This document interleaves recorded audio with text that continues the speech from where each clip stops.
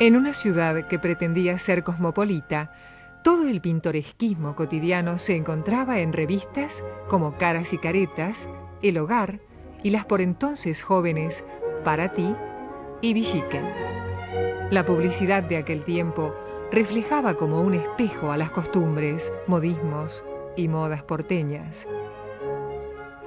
Así, mientras por un lado se propagandeaban las revolucionarias cocinas eléctricas o los modernos juegos de living, por otro, se ofrecían curas milagrosas y alivios para todos los males a través de aceite de hígado de bacalao, tónicos, tisanas, jarabes, jaleas, ungüentos y bálsamos.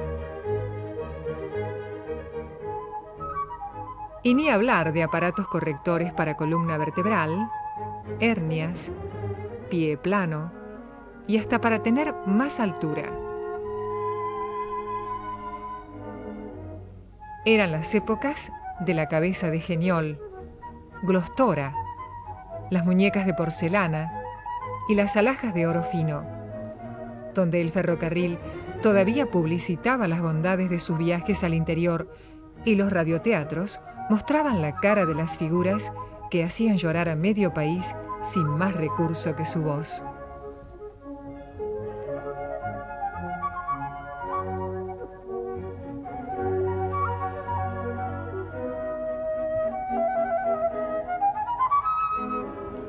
Eran las épocas en que las revistas y los suplementos dominicales de los diarios publicaban con gran despliegue sus sociales, en el que las fiestas de casamientos se entremezclaban con las poses duras de las quinceañeras en su baile de presentación en sociedad.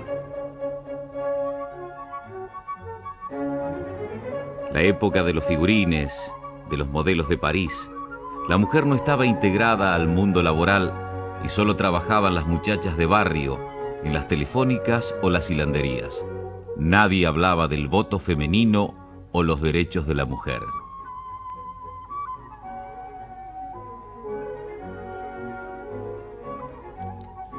Muchas innovaciones de esa época fueron pasajeras, como los dirigibles, que cesaron en su actividad luego del estallido del Hindenburg en Nueva Jersey, Estados Unidos. Murieron 36 personas en el accidente.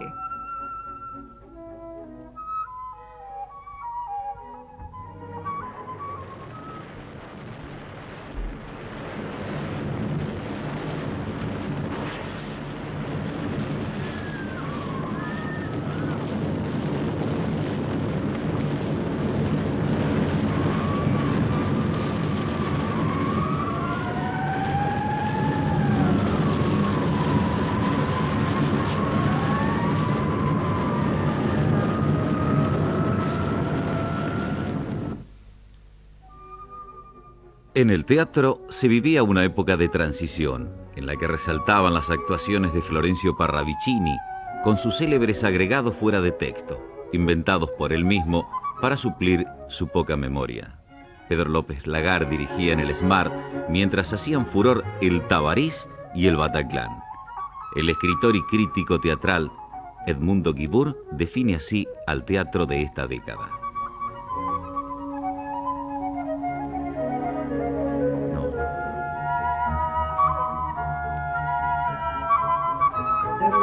Ya estaban en crisis ya de grandes actores como Parravicini, un gran actor que me había hecho la delicia de mi infancia y de mi juventud, que era mi gran amigo, un gran amigo, y con el cual yo como crítico me porté muy mal siempre, porque siempre no hice más que darle palos y él no devolvérmelo con halagos. Ya estaban en crisis, entonces estaba transformado el teatro, iba a nuevas estructuras. El teatro de hoy no es el mismo de antes, no tiene nada que ver el teatro de hoy con el teatro de la primera década del siglo. El teatro nuestro se hace argentino con el teatro gauchesco, se hace porteño con el teatro de conventillo, con el que se llama el sainete, la caricatura de la vida común, de la vida del patio, de la vida de la calle, de la vida doméstica. Y después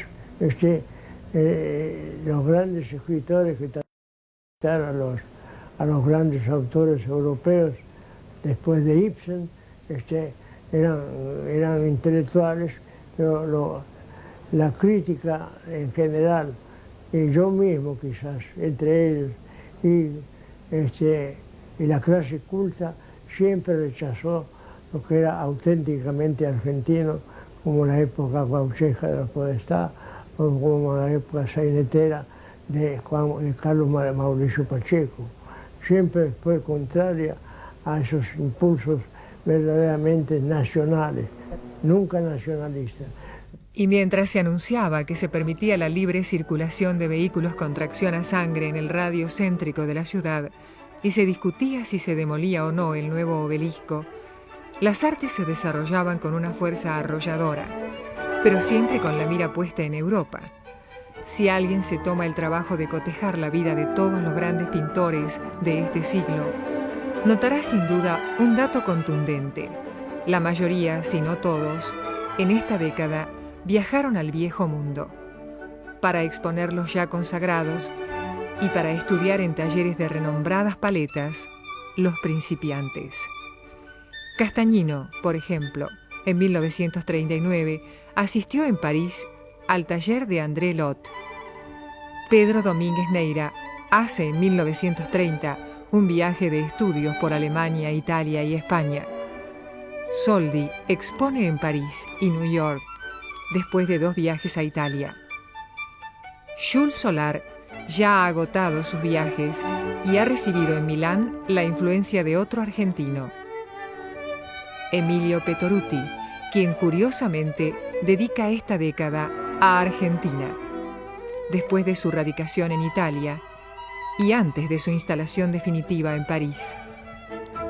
Spilimbergo, en 1937, recibe el Gran Premio en el Salón Nacional, pero también el Gran Premio y la Medalla de Oro en la Exposición Internacional de París.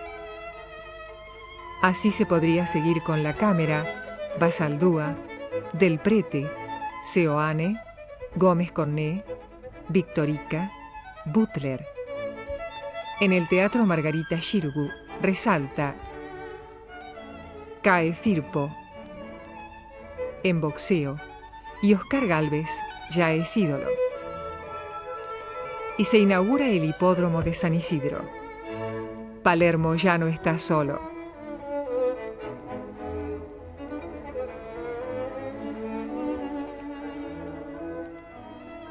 ...1930... 10 años... sucesos que marcaron a fuego las circunstancias futuras. Hurgando en ese arcón de los recuerdos, han aflorado algunos recuerdos y no pocos secretos.